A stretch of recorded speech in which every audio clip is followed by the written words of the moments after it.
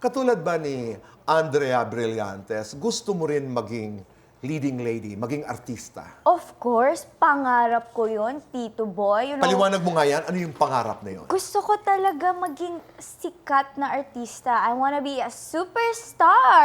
I want to be, alam mo yun, gusto ko ng mga kawawang roles. Kasi parang ganun yung mga artista, di ba? Yung mga leading lady, gusto ko inaapi ako.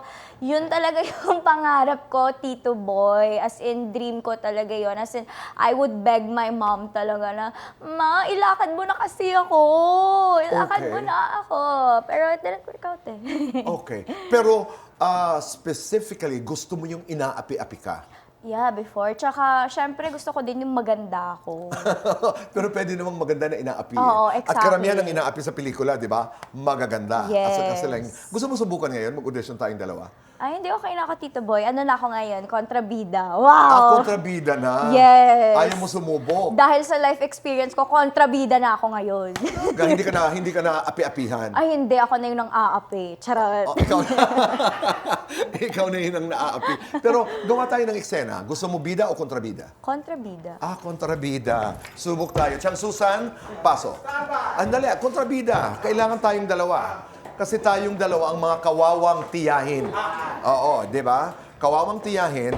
Tapos, dumalaw ang ating pamangkin, mga apo sa tuhod, at aping-api tayo. Okay, go. 5, 4, 3, 2, action! Oh my God! What is this place? Ang tagal-tagal naming nawala ni Mom. Tapos, ganito pa rin kayo? Pagsabihan mo yan. Pagsabihan mo yan, ha? Masyadong Ako? mapangmata itong pamangkin mo, ha? Ako, pagsasabihan niyo, sino ba kayo? Wah!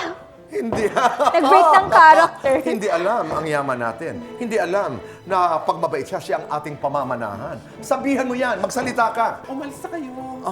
Okay, aalis ako kasi Jeje naman dito.